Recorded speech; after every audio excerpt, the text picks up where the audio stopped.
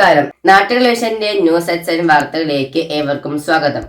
പ്രാദേശിക വാർത്തകൾ ചുരുക്കത്തിൽ. ഇനിയൊരു അപകട വാർത്തയിലേക്ക്.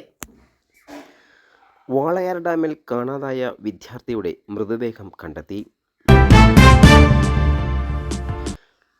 വാളയാർ ഡാമിൽ സുഹൃത്തുക്കൾക്കൊപ്പം കുളിക്കാനിറങ്ങിയ കോളേജ് വിദ്യാർത്ഥിയുടെ മൃതദേഹം കണ്ടെത്തി.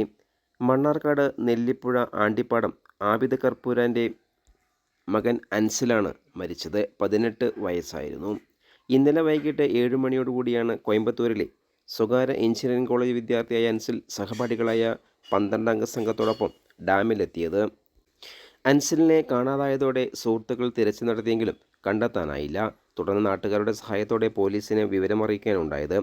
വാളയാർ പോലീസും കഞ്ചിക്കോട് അഗ്നിരക്ഷാസേനയും സ്ഥലത്തെത്തിയെങ്കിലും കണ്ടെത്താനായില്ല. തുടർന്ന് ഇന്ന് രാവിലെ വീണ്ടും തിരച്ചിൽ തുറന്നപ്പോഴാണ് മൃതദേഹം കണ്ടെത്തിയത്.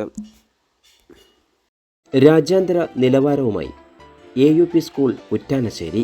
LKG മുതൽ 7 വരെ ഇംഗ്ലീഷ് മലയാളം മീഡിയം ക്ലാസ്സുകളിലേക്ക് അഡ്മിഷൻ ആരംഭിച്ചിരിക്കുന്നു. കൂടുതൽ വിവരങ്ങൾക്കും അഡ്മിഷനും ബന്ധപ്പെടുക.